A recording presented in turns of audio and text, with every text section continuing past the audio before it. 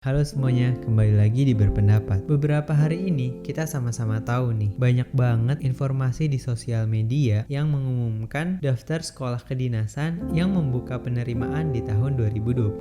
Tapi di dalamnya sayang banget nggak termasuk Politeknik Keuangan Negara STAN. Hingga akhirnya Badan Pendidikan dan Pelatihan Keuangan mengeluarkan siaran pers bahwa penerimaan PKN STAN tahun 2020 resmi ditiadakan.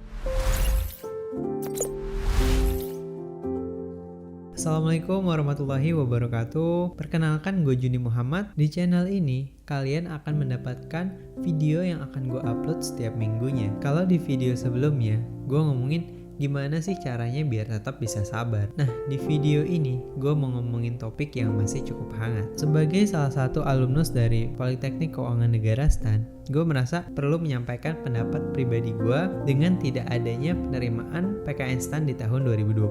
Video ini gue tujukan khususnya bagi teman-teman yang baru lulus SMA dan ingin menjadi bagian dari PKN STAN. Nah, PKN STAN nggak buka penerimaan nih tahun ini.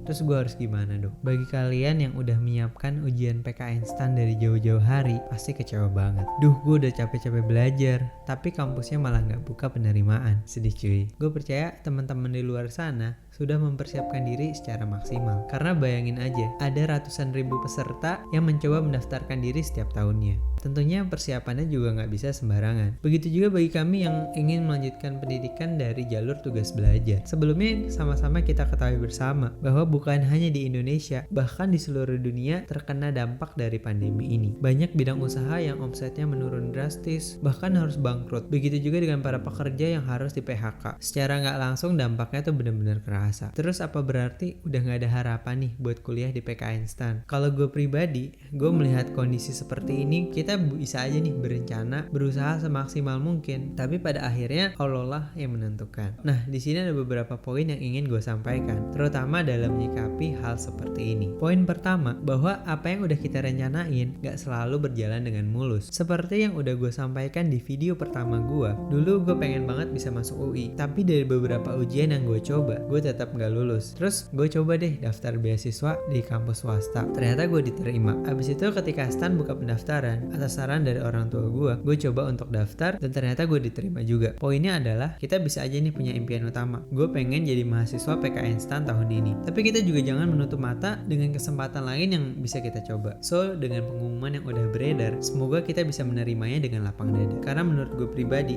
dengan kondisi kayak gini, kita nggak bisa nih menyalahkan pembuat kebijakan gitu aja. Karena banyak pertimbangan yang udah dipikirkan matang-matang. Coba bayangin gimana ketatnya ketika kita menjalani perkuliahan di STAN. Bagi teman-teman yang ketawa nyontek pas ujian, itu udah otomatis di DO. Nah, apalagi untuk urusan penerimaan mahasiswa baru, pastinya akan dipersiapkan sebaik mungkin. Seperti materi di video gue sebelumnya tentang sabar, keputusan ini jelas akan menguji kesabaran kita. Tapi coba deh kita renungin sama-sama. Banyak pelajaran yang bisa kita ambil dari kejadian ini. Nah, poin yang kedua, banyak jalan lain yang masih bisa dicoba. Gue sadar kita semua berasal dari background keluarga yang beda-beda. Ada yang kurang mampu bahkan lebih dari cukup. Bagi teman-teman yang emang lagi berjuang buat bisa kuliah gratis, berdasarkan informasi yang udah beredar, masih banyak kementerian yang membuka pendaftaran sekolah kedinasannya. Pertama ada Kementerian Dalam Negeri, lalu ada Kemenhub, lalu ada Kemenkumham, lalu ada Badan Pusat Statistik, Badan Intelijen Negara, BMKG, dan BSSN. Nah, di samping itu masih ada perjuangan untuk bisa mengikuti SBMPTN, ujian mandiri, atau bahkan banyak kampus-kampus swasta yang hampir setiap tahun membuka jalur beasiswa. Jadi jangan pernah patah semangat. Gue percaya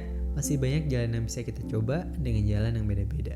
Atau kalau emang kalian pengen banget nih jadi mahasiswa PKN STAN, kalian bisa coba ambil gap year dulu. Kalian bisa mikirin matang-matang apa rencana kalian ke depannya. Bisa sambil daftar kuliah di kampus lain, sambil mempersiapkan diri untuk ujian di tahun selanjutnya. Atau kalian bisa coba nih menambah kemampuan baru yang pastinya dapat mendukung rencana kalian ke depannya. Atau bagi teman-teman yang punya jiwa entrepreneur, bisa coba mulai jualan online atau jualan kecil-kecilan. Bisa malah jadi ngebantu orang tua kita. Kalian bisa buat beberapa plan yang bisa kalian coba. kalian bisa bikin sebanyak-banyaknya. Jadi ketika satu plan ini nggak berhasil, kita bisa beralih ke plan yang lain. Karena intinya ketika kita belum diterima di kampus impian kita, waktu terus berjalan. Dan menurut gue, kita perlu memanfaatkan waktu kita sebaik mungkin. Yuk kita ikuti arahan dari pemerintah. Kalau aturannya emang kayak gitu, kita coba jalanin. Dan mari kita doakan semoga wabah ini bisa segera berakhir. Sebentar, teman-teman udah pada subscribe belum nih? Tolong di subscribe ya. Terima kasih. Nah, poin yang ketiga, karir kalian mau dibawa kemana nih? Bagi kalian yang baru lulus SMA, atau udah kuliah, atau bahkan udah kerja, kita masih belum tahu secara pasti nih kemana karir kita mau dibawa. Ada yang masih coba-coba, ikut-ikutan, bahkan menjalankan pekerjaannya dengan setengah hati. Menurut gue perlu banget sih diskusiin secara matang dengan orang-orang yang kita percaya. Bisa itu orang tua,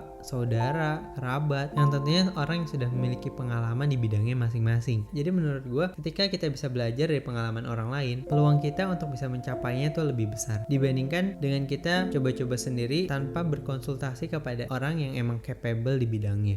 Intinya kalau dari gue pribadi, dari kejadian ini, ketika ada kesempatan buat kuliah dimanapun itu, coba deh ambil aja, karena seringkali kesempatan itu nggak datang dua kali. Bagi teman-teman yang pada akhirnya memilih untuk mengambil gap year, menurut gue banyak banget manfaat yang bisa kalian dapetin. Tapi jangan sampai kita malah santai-santai aja. Intinya kalian harus bisa memanfaatkan waktu untuk mengasah kemampuan yang kalian miliki. Nah, bagi teman-teman yang pengen banget nih kerja di Kementerian Keuangan, tenang aja, masih banyak cara yang bisa kalian coba. Kalian bisa aja nih kuliah di kampus luar. Tentunya coba deh ambil jurusan yang masih ada relevansinya sama Kementerian Keuangan. Misalnya Fakultas Ekonomi, Hukum, dan sebagainya. Karena beberapa tahun terakhir, Kementerian Keuangan membuka jalur penerimaan dari program diploma bahkan program sarjana. So kalian bisa manfaatin kesempatan itu sebaik mungkin. Jadi pada akhirnya meskipun kita belum dikasih kesempatan untuk jadi mahasiswa di PKN STAN, tapi kalau emang udah rezekinya, kita tetap bisa jadi bagian dari keluarga besar Kementerian Keuangan. Nah, poin terakhir nih, dengan berbagai kendala yang ada saat ini, kita harus ngelihat peluang yang ada. Seperti yang udah gue sampaikan di video gue sebelumnya. Coba deh kita lihat suatu masalah dari sisi yang berbeda. Misalnya bagi teman-teman yang saat ini bisa berkumpul dengan keluarganya, manfaatkan waktu kalian untuk berbakti kepada kedua orang tua. Bagi teman-teman yang udah bekerja dan masih bisa mendapatkan penghasilan, coba deh perbanyak bersyukur dan berbagi kepada sesama. Nah, terus bagi teman-teman yang bisa kerja dari rumah atau dari kosan, mungkin teman-teman bisa coba beberapa skill baru, karena selalu ada yang bisa disyukuri dengan apapun kondisi yang ada. Nah, bagi teman-teman yang masih kecewa dengan tidak dibukanya penerimaan PKN STAN tahun ini, semoga bisa menerimanya dengan lapang dada dan segera bisa memikirkan jalan apa nih yang mau gue ambil. Semoga apapun itu bisa bermanfaat bagi hidup kalian ke depannya. Nah, bagi teman-teman yang punya ceritanya masing-masing, bisa nih tuliskan di kolom komentar. Semoga apa yang kalian tuliskan bisa menjadi pelajaran atau bisa menjadi motivasi bagi teman-teman yang menonton video ini. Apabila video ini bermanfaat, silahkan bagikan video ini ke teman-teman kalian yang membutuhkan. Semoga kalian tetap diberikan kesehatan. Bagi teman-teman yang sakit, semoga diberikan kesembuhan. Sekian video gue kali ini. Sampai ketemu di video gue selanjutnya. Assalamualaikum warahmatullahi wabarakatuh. Dadah.